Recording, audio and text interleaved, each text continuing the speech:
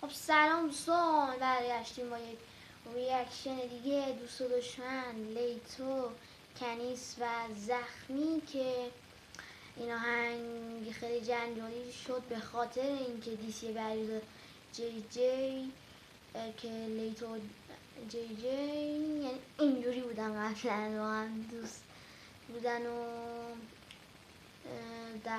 دعوا دلیلی با هم داشتن، باعث شد که جدا بشن و قطع همکاری بکنن با هم و ما اومدیم ریاکشن به ترکی رو داشته باشیم که دیسر جی جی دوست و دشمن یه کاورش هم جا عکس آلبوم کاور آلبوم پیر شدیم ولی بزرگ نیم.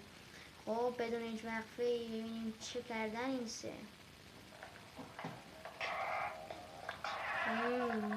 بیتش عالیه، قشنگ معلومه که دیسه. بریم.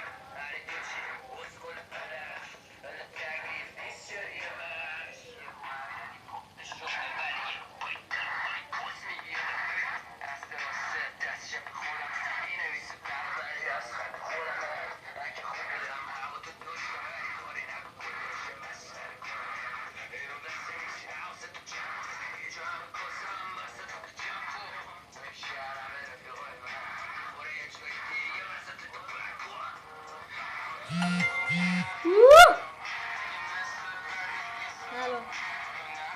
Düşen barı. Baktıran barı. Şuradan düşman o.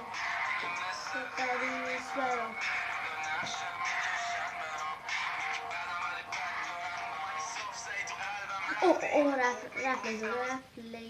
رفت لیتو. اوه عجب چیزی بشه.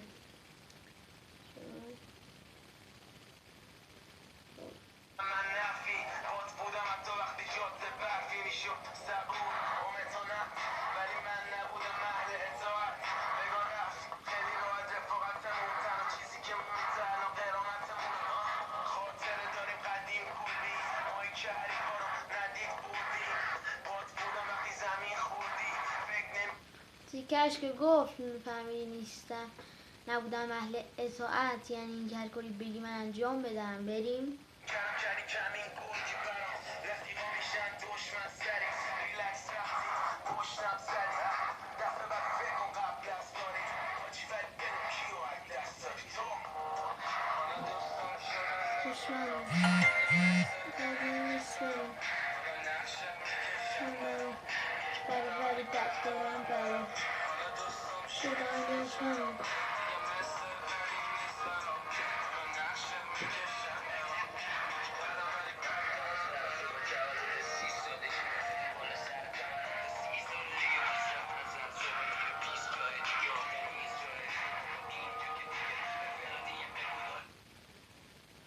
خب انگار ترک هم داشت تمام شد. بله دیگه چیزی نمون فقط.